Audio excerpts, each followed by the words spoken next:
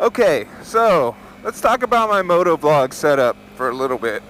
I'm on my way to go get a haircut, but yeah, I thought I'd talk about my Motovlog setup because I don't think anyone does what I do, and it's the best fucking setup, I swear. Okay, so basically, this is a GoPro Hero session, GoPro Hero 4 session or whatever, on my face, okay? I love it because it's small, it's sleek, it's freaking awesome. The only bad thing is that people complain about is it doesn't have an audio input. Okay, that's fine, okay. Now, so aside from it not having an audio input for a microphone, not too much wrong with it, right? Small, sleek, fits on my face, doesn't look weird, actually looks kind of cool. I notice when people have those big ass Hero 4s, Hero 3s right here on their mouth, and it's facing that way, to me that looks kind of weird. It's really big, it's really bulky, you know, I just don't think it looks as good. So that's why I went with the Hero 4s. So, how do you get the audio from your voice if it doesn't have a mic input? Okay, so here's what I do. There's a device called a Sena GP10 Bluetooth backpack, something like that. Basically what it does is it clips onto the back of a GoPro Hero 4. What it does is it takes the voice from your Sena and then puts it onto your GoPro footage, which is what I'm doing right here with this camera.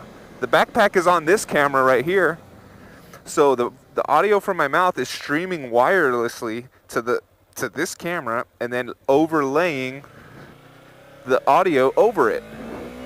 So basically what I do is I use this audio for the entire video, and whenever I switch back like this, even though you got this view right here, I am still using the audio from this.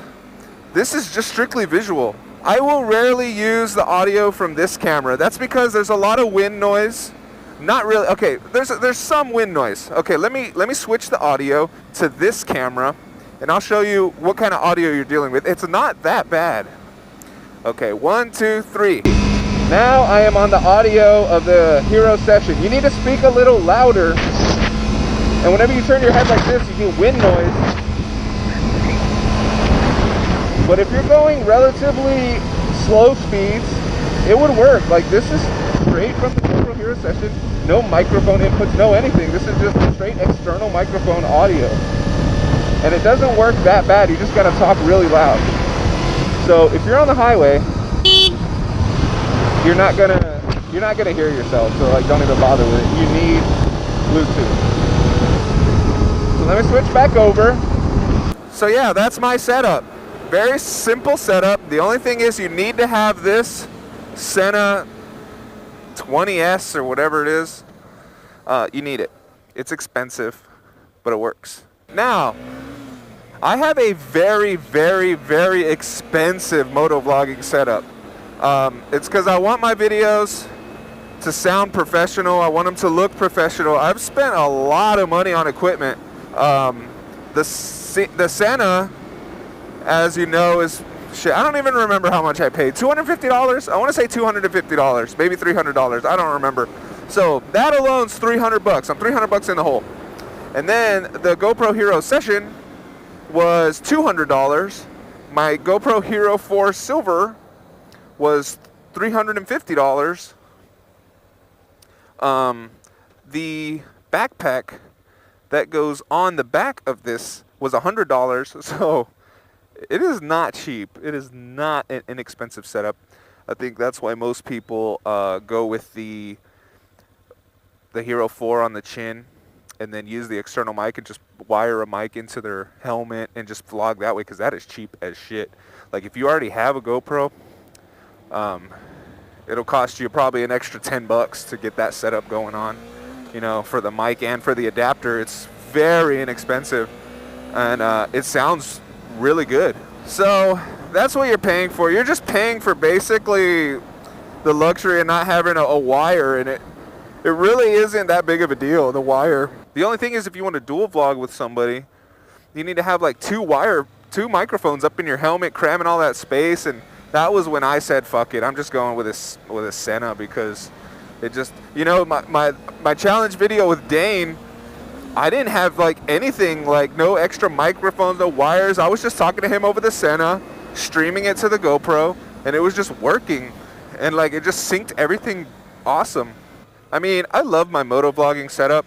I think it's freaking awesome. I hate dealing with wires. I hate dealing, you know, every time I want to transfer footage, I don't want to be like having to mess with the GoPro mount and then unconnecting it and then like trying to wiggle it, because eventually all that coming off and on with the GoPro is gonna, you know, it's gonna mess up your mount and it's gonna start cracking, shit's gonna start breaking. And then, as opposed to me, my GoPro session, I just snap the frame open and take it out.